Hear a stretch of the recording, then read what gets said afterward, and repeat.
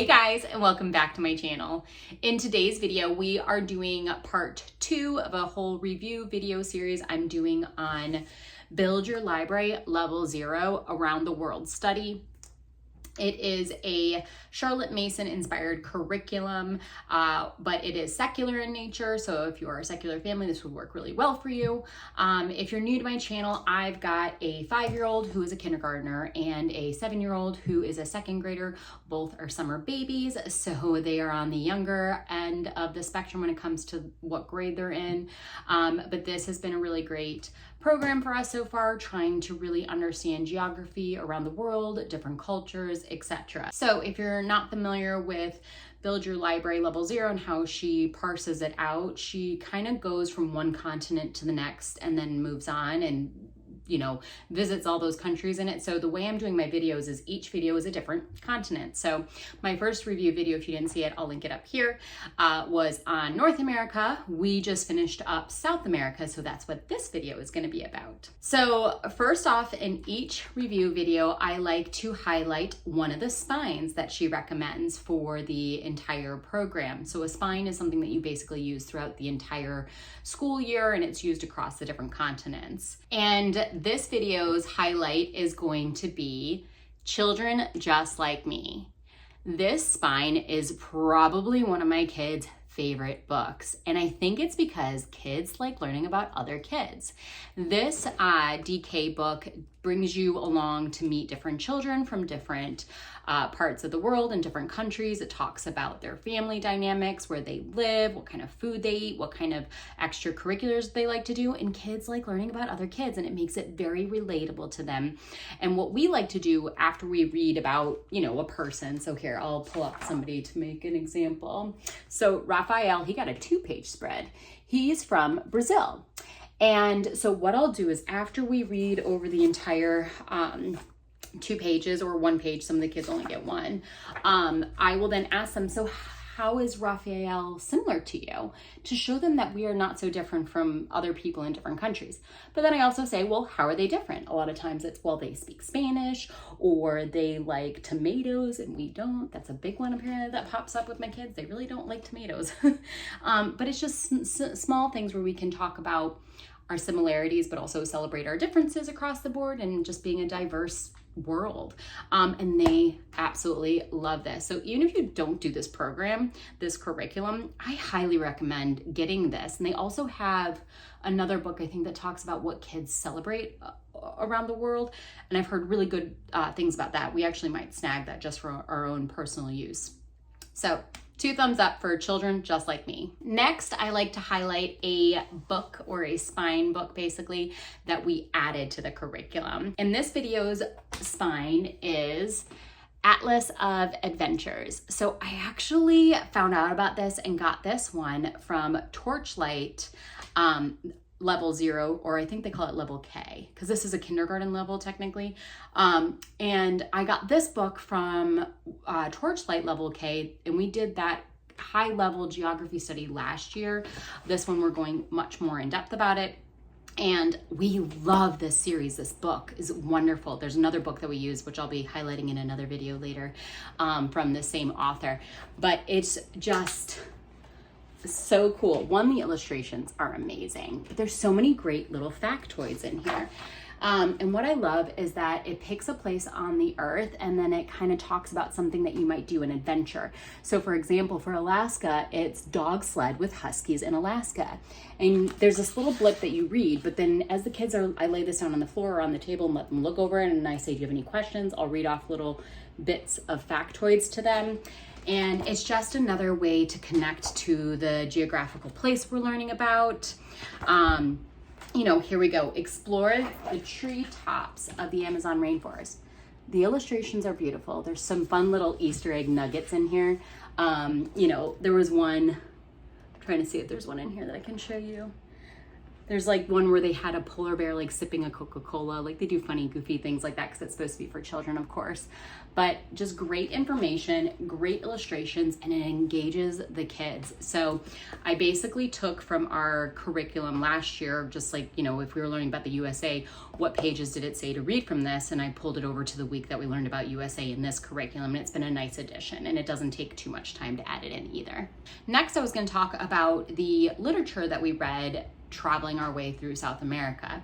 So the first book that I wanted to talk about is actually one we read last year. It's a compilation of short stories of folk tales, of Hispanic folklore. It's called Tales Our Abuelitas Told, and my girls loved this last year. We did Blossom and Root Language Arts Level 1 for my oldest, and so a couple of the readings at the end of the year, because there's a little bit of geographical component she brings into it, were from Tales Our Abuelitas Told. So I already had this book. It was wonderful, but it's just such a fun book.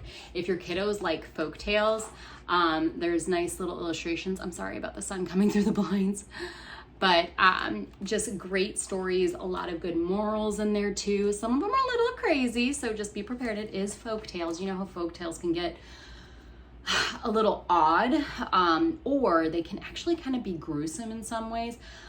But the thing is that I read nursery rhymes when I was growing up, and those can be pretty gruesome, like Humpty Dumpty fell off a wall. Humpty Dumpty had a great fall, and none of them can put him back together again.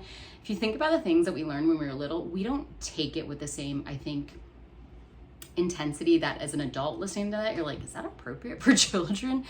However, if you have a sensitive child, this may not be the best, because there are some stories, not all of them. So maybe you get it and you can like skip around and see what stories in there work for you and your kiddo. But you might just kind of keep that in mind when purchasing this, that some of the stories might be not good for a sensitive learner. That's just, you know, what it is. And to be fair, my oldest used to be that way. Last year when we read the original version of The Three Little Pigs, and she didn't realize that the first 2 pigs had gotten eaten because the version we had read before that, all of them survived. She was not okay with that. So just be prepared. I like to give other parents a heads up. Otherwise, we love that book. The girls love it. It's been a really, really great read, and we got to read some of the short stories that we didn't read last year, so it wasn't very redundant, which I appreciated. All right, I'm gonna take a quick break. I'm gonna close this blind because it is annoying me. Okay, hopefully the lighting's not too dark in here now that I close that shade. I try to like to get the natural lighting. I normally don't film this late in the day, but my kiddos are giving me some peace and quiet to film in, so I was like, I gotta take advantage. Next up, we read The Great Kaik Tree. This is about the Amazon rainforest. It's about conservation. Again, it's got a really good story. It's about all the animals. This guy here falls asleep right as he's about to cut down a tree, and all these animals come down and they're whispering to him in his dreams, like, don't take away our home because X, Y, and Z. And it's like, it's a really sweet introduction, I think, to conservation, you know, treating Mother Earth nicely because she treats us nicely and gives us a place to live. And my girls really, really liked this. And I actually ended up purchasing this because I found it for 50 cents at the thrift store. So my girls have gone back and repeatedly looked at it, like they'll pull it off the bookshelf and read it. But now they are very much interested in, like, when we're out and about, they'll bring up baggie and gloves, and like if there's litter, they like to pick it up. So it was a really good soundboard for how to treat our environment nicely, and you know, the importance of the Amazon rainforest and trees because they provide us oxygen. Actually, the Amazon rainforest provides the earth, I think it's 20% of the earth's oxygen, so it's kind of really important. So that was, I think, a good gentle introduction to just conservation, treating the world nicely, and nature. The next 2 books I got from the library, so I'm just going to put little screenshots here. The first one was Along the Tahos, and it was talking about how these different cultures, their areas would flood and they would move out. They were kind of more nomadic in that respect. And then when the flooding went away in the spring, I think they would go back. So that was kind of a nice introduction for my girls to like how different people live. Like they're like, wait, so they move every couple of months back and forth? I'm like, yeah, because where they live, it floods, so they have to. And then when it recedes, they can go back. And so for them, that was kind of interesting to see how other people live. The other one was Biblioburro. So burro is a donkey, which the girls know from Spanish, so that was kind of a nice cross connection between subjects. But biblioteca, it means a library, so it was a library on a donkey. And it was a really cute story about this guy who lives in South America in a more rural place, and he loves reading, and so he wanted to bring that to other more remote rural individuals and I don't want to say tribes, but like groups of people. And so he would literally pack up his library on his burro and he would travel across and bring books to everybody. And so I just think that was kind of a nice message of, you know, sharing, doing things for others, but also the importance of reading and, you know, how it can, you know, capture your imagination and the wonderful things that reading brings to us. So the girls really liked that one as well, and it had good illustrations in it. Next up, I wanted to share some of the activities and crafts that we did. So after we read The Great Kaik Tree, and that whole conversation drummed up me talking about, well, we should really watch Fern Gully, and the girls were like, what is Fern Gully? So we watched Fern Gully and they loved it because it was one of my favorites from childhood.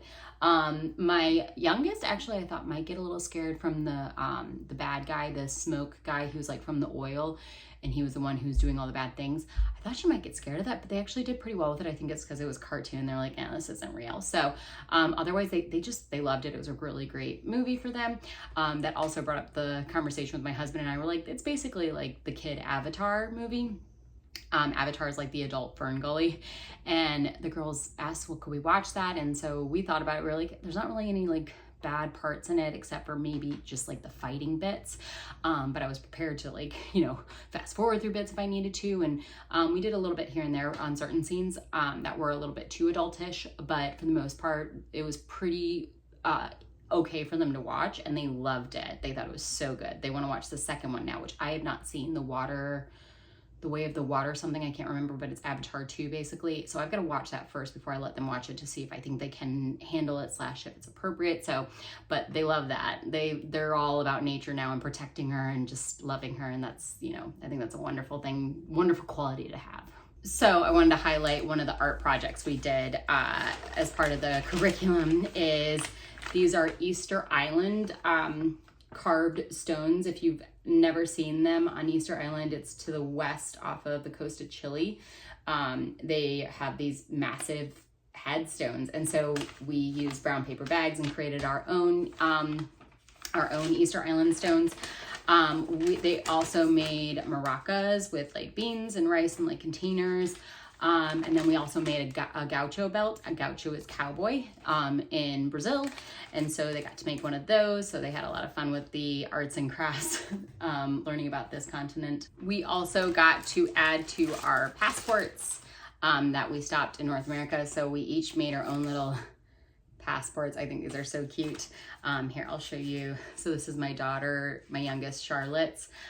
So here was her North America. She put it's on a sticker. We cut it out and colored and then pasted in there, but she drew like the animal that she learned about. And then for South America, she put it in there. So we learned about orcas off the coast of South America. So she drew that. That's some coral there. So she had fun with that one. My oldest, let's see, where's South America? So since she's writing, she actually wrote things instead of drawing. She used it almost like a notebook. So there's her South America sticker. And then she wrote, South America is so cool because they have the biggest forest in the world. And she talks about poisonous frogs in there. There's the violet-tailed sylph, the blue butterfly, leafcutter ants. So she was writing all about the animals that she learned about, because that's what her big takeaway was from that, is the animals in the forest for her. So they've had a lot of fun with these passports, and when we're done, I'll staple them together and it'll be a little keepsake they can have at the end of the year. So before I close out, I want to talk about some like opinions and feedback, or I don't know, review, I guess.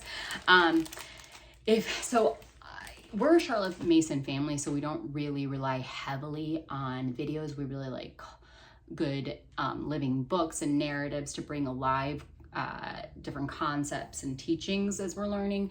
However, I think at this younger age, especially when you're learning about different places where they don't have like a visual understanding of what it might look like there. Like they don't know what a gondola looks like in Venice. They don't know what the mountains look like of Machu Picchu, like those kind of things. I think it's important to have visual aids when you're learning about geography at this age for them to really understand all of that. That's why we do picture books, right? The Biblioburo or the Along the Tahos. So I think the only thing I would say really that I wish they did a little bit more of in this curriculum, which they did well in Torchlight, is include more videos. It's pretty sparse on the video front.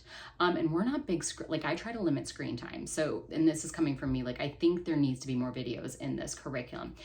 The wonderful thing is because we did Torchlight last year and we have that curriculum, I'm just basically using those videos again. And since it was a year ago, the girls don't really remember a lot of it. So it's all like brand new to them. So I have pulled in a lot of the video links from Torchlight. Another thing I would say is that I don't know exactly, I'm still trying to put my finger on it, and it might be because we're doing so many other things outside of this curriculum, it feels a little disjointed at times, and I'm not sure if that's because of the curriculum or if that's an us problem. Just trying to tie it all together, and I really probably think it's because we're doing so many other things.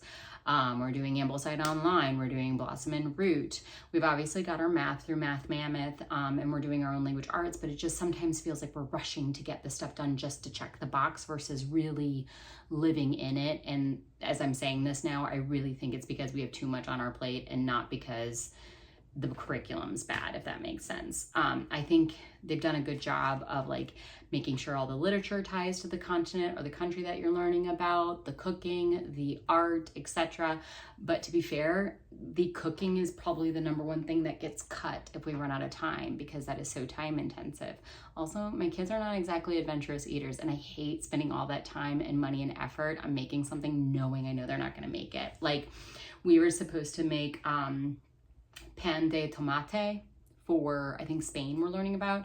And it's basically bread toasted with like crushed tomato on top of it. My kids hate tomatoes. So I looked at that and they go, ew, we're not trying that. I was like, come on, it's like something easy I could make. So if they didn't like it, it wouldn't be that big of a loss. But they're like, not even. I was like, come on, guys. But so I guess that's, you know what, it's an us problem. It's not the curriculum problem. It's just my kids are not adventurous and we have too many other things going on. Our Blossom and Root space science, like all of that. So I don't want to talk poorly about the curriculum because I actually think it's great. It's just, I might have bitten off more than I can chew. However, and I thought about dropping it or at least going half on it, like maybe cutting some of the books out and pulling some of the pieces back.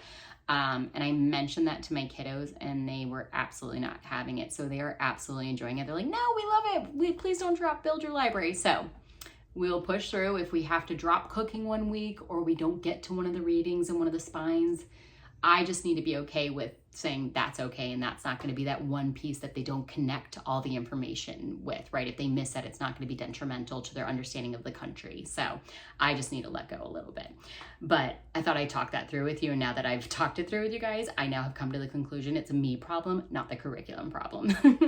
I think it's really well done. It really does tie everything together, and I just think it's very, I don't know, it's a good curriculum. It really is. I just scheduled too many things for us to do. It's fine. But if you have any questions about anything I talked about, leave it down in the comments. I'm always happy to answer your questions. If you like this video, please give it a thumbs up and hit that subscribe button if you are new to our channel. And I will see you guys in my next video. Bye.